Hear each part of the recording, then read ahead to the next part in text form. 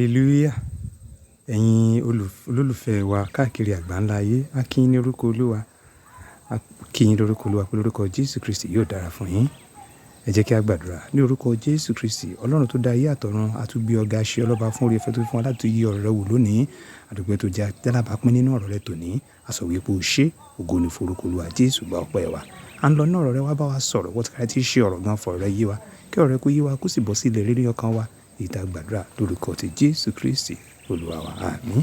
Ẹ̀yin ènìyàn Ọlọ́run, a dúpẹ́ púpọ̀ lọ́wọ́ Ọlọ́run fún oore ọ̀fẹ́ àti àǹfààní tí ó ń fi fún wa láti máa wo ọ̀rọ̀ rẹ̀ láti lè jẹ́ ẹni rere ní iwájú rẹ̀. Ní àná, a sọ̀rọ̀ lórí àkòlé kan tó sọ wípé kí ni ipò rẹ̀ ní irú àkókò bí èyí? Ìjọ tí ẹ ti dẹni ìdáríjì, ìjà ti dáríjì ọ́, ìjà ti dárí gbogbo àṣìṣe rẹ jì ọ́, jẹ́ gbogbo ẹ̀ṣẹ̀ rẹ, ìjẹ́ àti gbàgbé ẹ̀.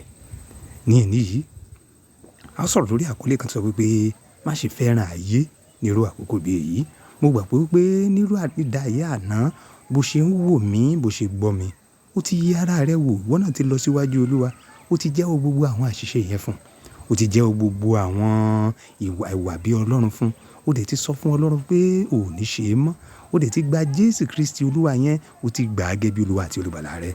Mo wá rọ̀ ọ́ kẹ́ bó ṣe gbà á yẹn, o nílò láti máa bá a ní ìbáṣepọ̀ ní ojoojúmọ́ o, torí wípé inú ayé tí a wà yìí, ayé tí èṣù àtàwọn ọmọ ogun rẹ̀ ń jóró ní bí àgékù ejò. Mo gbàdúrà oore ọ̀fẹ́ àti agbára láti bá Ọlọ́run Olúwa yóò fi fún ọ. Nítorí díẹ̀ láti yí ọ̀rọ̀ yẹn sọ pé má ṣe fẹ́ràn ayé ní irú àkókò bí èyí. Jẹ́ ká sáré lọ sínú ìwé Èpísítélì kejì ti Jòhánù yẹn, orí ìkejì ẹsẹ̀ karùndínlógún. Èpísítélì ti Jòhánù orí ìkejì ẹsẹ̀ karùndínlógún tó sọ wípé ẹ má ṣe fẹ́ràn ayé tàbí ohun tí ń bẹ nínú ayé. Bí ẹnikẹ́ni bá fẹ́ràn ayé, ìfẹ́ tí Baba kò sí nínú rẹ̀. Ta ni Baba? Ọlọ́run alààyè. Kí ni ayé nírú ẹsẹ̀ tá a kà yìí? Ayé nínú ẹsẹ̀ tá a kà yìí túmọ̀ sí gbogbo àwọn ìwà tí ò bójúmu tó ń bẹ nínú ayé. Gbogbo àwọn ìwà tí ò bójúmu tó ń bẹ nínú ayé. Gbogbo àwọn ọ̀rọ̀ kò bá kùn gbé. Gbogbo àwọn ọtí mímu, olè jíjà. Gbogbo àwọn ìréde òru, ìsọ̀rọ̀ ẹni lẹ́yìn, ìṣekúṣe, ojúkòkòrò. Àwọn ìwà tó jẹ́ wípé ẹran ara máa ń béèrè fún, tó jẹ́ pé ohun tó máa ń wù ú ṣe nìyẹn ní gbogbo ìgbà. Àwọn tó ń jẹ ayé àti bẹ́ẹ̀ bẹ́ẹ̀ lọ, àwọn tó ń jẹ ayé nínú ẹsẹ̀ ọ̀rọ̀ yìí nìyẹn.